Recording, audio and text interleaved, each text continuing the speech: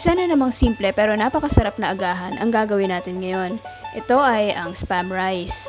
Ang gagamitin natin ay isang tasa ng kaning lamig, spam, at furekake. Yung furekake, ito yung Japanese rice seasoning na nabibili sa malalaking supermarket.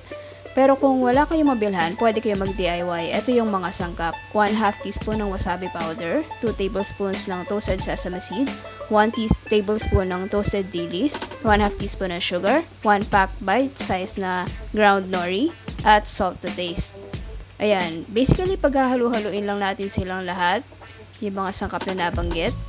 Tapos, basta i-mix lang natin hanggang maging well combined siya para even yung distribution. Then, magpainit tayo ng kawali na may mantika para iprito natin yung spam. Sa isang lata ng spam, siguro mga 1/3 lang yung ginamit ko. Ayan, prito lang natin hanggang matusta siya. Yung spam pala, naka-diced siya ng maliliit yung hiwa niya. Ayan, pagluto na, pwede na nating isama yung kanin.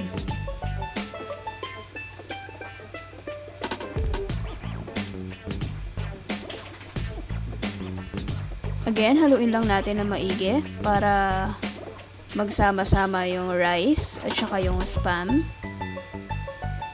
Ayan, i-plate na natin.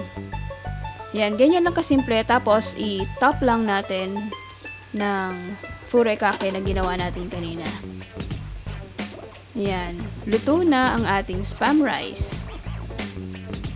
Tara, kain tayo.